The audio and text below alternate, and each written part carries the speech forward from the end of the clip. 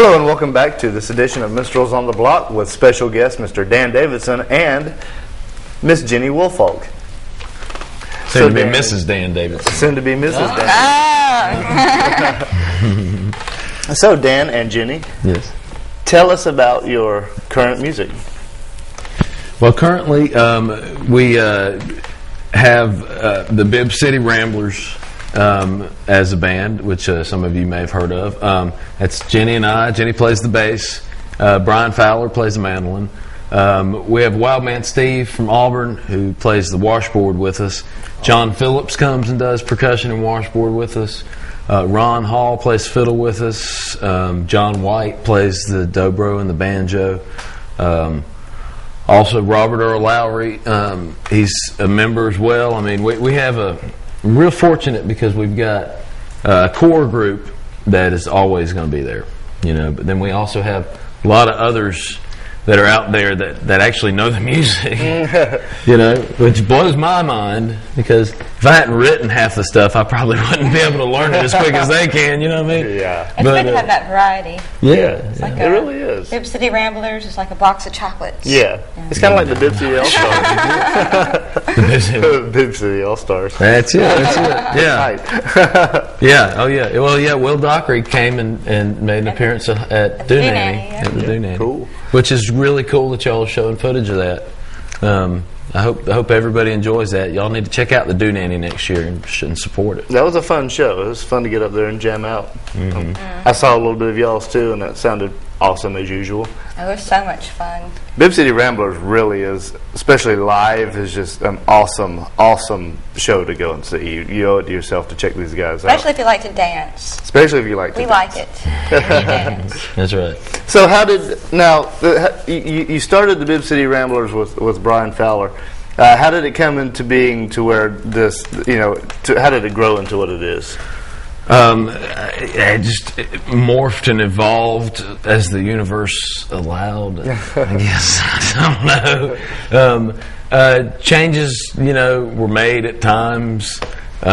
Decisions were made at times. People were kicked out. Well, here's the thing. But I don't take it personally. Well, you're locked in. She's locked in for life now. Like a ball of Jane. I'm just kidding. Changes are that just happens. And me and Brian, we had a concept, an idea, and when you have that and you want it to be, I guess, the best that it can be, you explore options. You explore different things, and we've like that's why it's cool that we've got so many extras out there, because in this business you try not to offend anybody or whatever, but really, I mean, if you've got a gig that's a couple hours away and it pays X amount of dollars, you can't always bring a 6-piece band with you. You know what I'm saying? Yeah. We try to keep it to a 3 or 4-piece, sometimes 5-piece. If y'all come to Hog Bottom, you'll see myself and Gini, Brian Fowler, Robert Earl, Ron Hall, Wildman Steve, John Phillips. Who knows who else? Stan Edwards plays with us sometimes. Mm-hmm. We're gonna have a giant crowd on stage at Hog Bottom, so y'all come and boogie, because it'll be a good party. That's bound to be a good party, because every one of those guys is totally professional. That's April 30th, by the way. Hog Bottom in Fort Mitchell. Check it out on.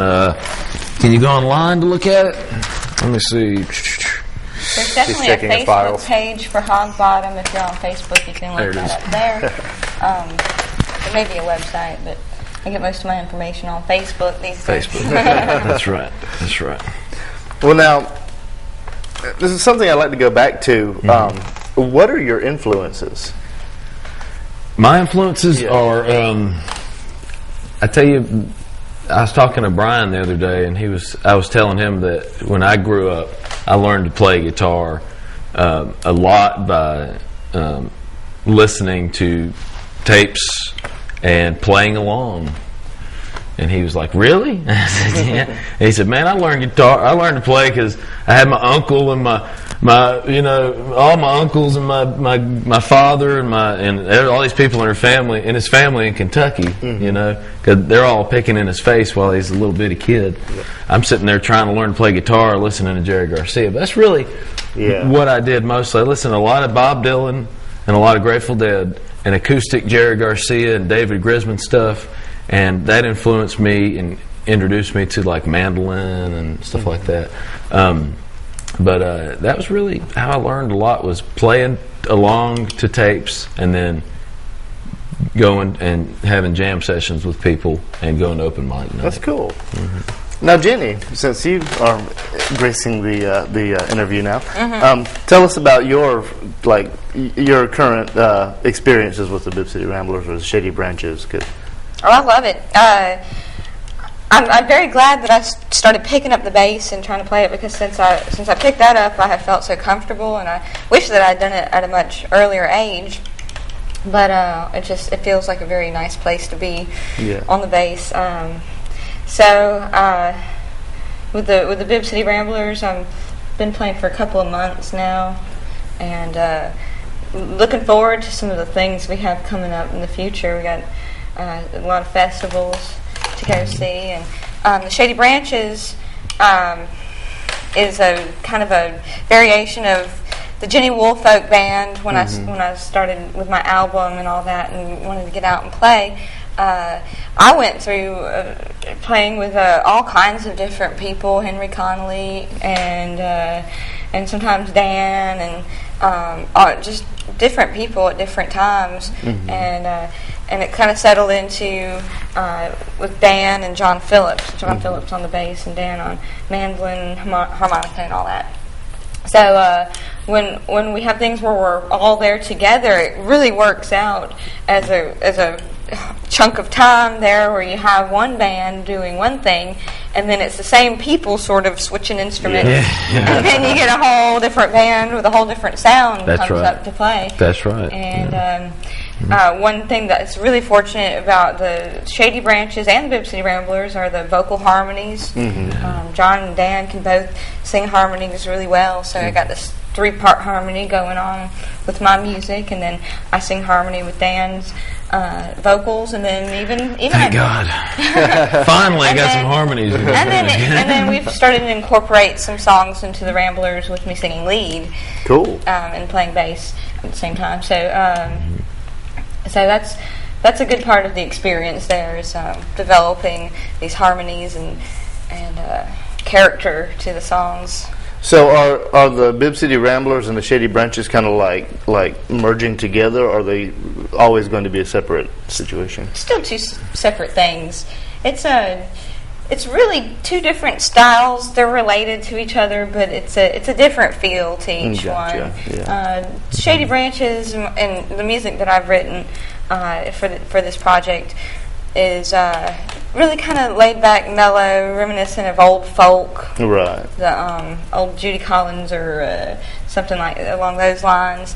And Bibb City Ramblers is a lot of driving bluegrass stuff, but also some blues thrown in there, and just a whole different feel. Makes you want to get up and dance and that sort of thing a lot of times. So. Bibb City Ramblers, in my opinion, because I don't get a chance to get out on the weekends much, but I watched you guys at Soho one night, and Bibb City Ramblers has got to be the closest thing that I've ever seen as far as bluegrass to rock music. Yeah. Wow, this is bluegrass, but it's a rock show. There's an electric bass. It was awesome. Well, we try to keep that in your face, kind of crazy element. Try to a little psychedelic, as psychedelic as bluegrass can possibly be. Yes. Which and basically just involves a lot of facial expressions and Brian going and Jenny going. That's why, because we look like a bunch of I can't say that word. Never mind. Bunch of bad, Yeah. But I love that side of it. That's why. And I enjoy playing the music with Jenny and the Shady Branches, because it's like when I play gigs with that project, it mostly involves me playing the mandolin or playing the harmonica and just kind of chilling out and doing little touch-ups and singing harmonies.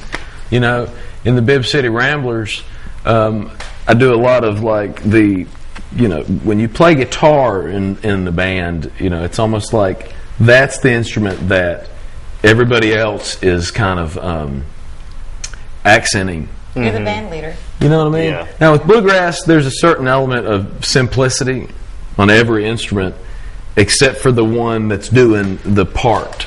If you notice when you listen to it, when you hear the awesomest mandolin solo you ever heard in your life, if you listen to the background, all you're hearing is boom, boom, boom, boom, boom, boom, boom, boom, and from everybody. The guitar player is going jink, jink, jink, jink, jink, jink.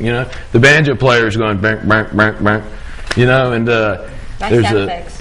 Yeah. right. Well, I mean, there's a boom. It's very simple. In bluegrass, there's a boom and a chunk. And as long as everybody can fall into the boom chunks like polka. If you can go like this, you can keep time in bluegrass music. I need a chunk in my boom. However, I'll be a chunk. But it is more difficult than it seems, though. It really is, especially to keep it, to maintain it. With rock and roll, even when you listen to rock and roll, you'll notice there's a certain freedom in rock and roll where you can kind of, it might speed or climb or slow down, and you don't even notice it because it's rock and roll. There's not so much emphasis on the rhythmic element of it. Which you said the rock and roll portions of the Bibb City Ramblers. There are moments though where it goes off into this trip, like this rock and roll trip where everybody's kind of doing different little things. And, that's true. And has some freedom, like such as in Go Down Moses. That's true. Where we have those kind of vamping little. Sections. And that's cool. It has the elbow room, which means it's very organic, and that has that extra flair, which means that people will remember it. And it's not just going to be just another boring version of old folk songs or whatever. Right. But, that's part of the you never know what you're going to get. Exactly. Every time you have a trippy section that goes off into outer space, you don't know what's going to happen. Yeah. That's right. Usually it involves like Brian and I decided to start going and climbing up the neck on notes that don't really fit, and then everybody kind of gets separated for a second. I know what you mean, and then it settles back into the rhythm. That's the rock and roll. It'll speed up and slow down during those times sometimes. And that's all right. That's part of the rock and roll trip. And all of that is what makes it so memorable. Right. So now let's check one of them out, and we'll be right back after this.